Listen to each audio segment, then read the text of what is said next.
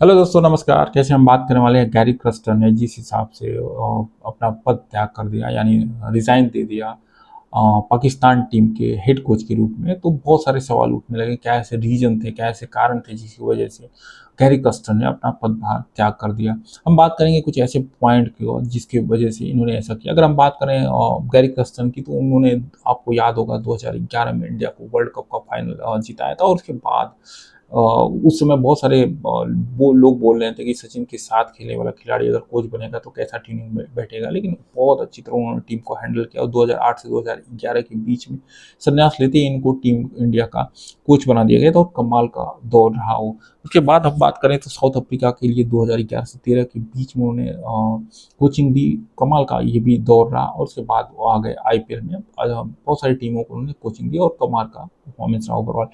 अगर हम बात करें क्या ऐसी चीज़ें थी जिसकी वजह से ये घटनाएं घटी और इनको देना पड़े। हाल ही में देखें, मिकी आर्थर, ग्रांट बैडबर्न और एंड्रू पुटिक ने भी अपने पोजीशन से इस्तीफा दे दिया था, जिसके बाद इनको मौका मिला था। साथ में स्टीफन फ्लेमिंग भी कोच के रूप में थे।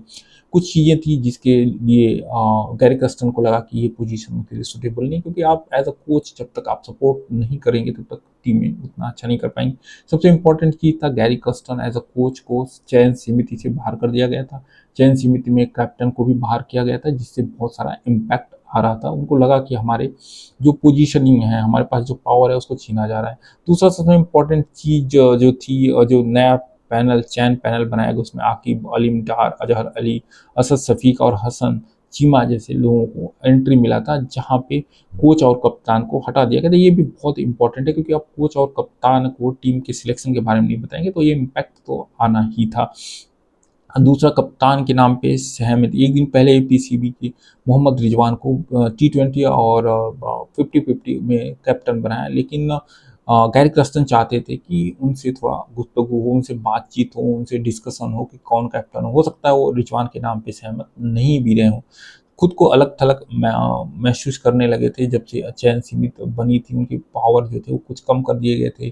तो आदमी सोचता है कि जब मेरे पास पावर नहीं, स्ट्रेंथन नहीं है, तो मैं कैसे चीज़ों को कंट्रोल करूंगा और चीज़ों को अच्छा करने में करेंगे। अगर हम बात करें वर्ल्ड कप 2023 के बाद पीसीबी के स्पोर्ट्स स्टाफ में बहुत सारे बदलाव किए गए। उसका रीजन थे 2023 के सेमीफाइनल के लिए क्वालिफाई नहीं कर पाया था। तो अगर देखा जाए तो इंग्लैंड को इन्होंने हाल ही में 2-1 से टेस्ट सीरीज जीता है पाकिस्तान ने, शान मसूद की कैप्टनसी में। तो उसके बाद ऐसा लगा कि कुछ पॉजिटिव इंटेंस, जबकि आप देखेंगे बाबर आजम हो, रिजवान हो, साइंस आफरीदी, इन लोगों में कभी ना कभी ट्यूनिंग का कुछ ना कुछ लगा रहता था। कभी वो कैप्टन उनकी नहीं सुनता, एक कैप्टन उनकी नहीं सुनता था। तो बहुत सारे प्रॉब्लम थे, बहुत सारे ये चीज़ें बातें बनती थी कि पाकिस्तान टीम में उतना समन्वय नहीं है, उतना अंडरस्टैंडिंग नहीं है, उतना म्यूचुअल अंडरस्टैंडिंग नहीं होने की वजह से ये चीज़ें उतनी अच्छी नहीं जा रही थी।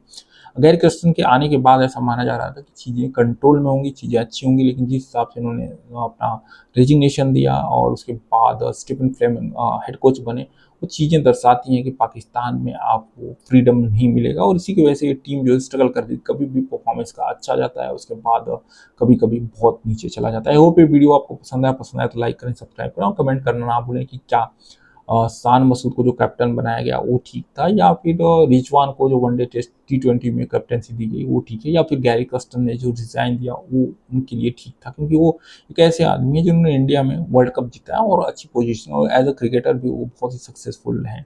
चलिए मिलते हैं नेक्स्ट वीडियो में, तब तक के लिए जय हिंद, जय भारत।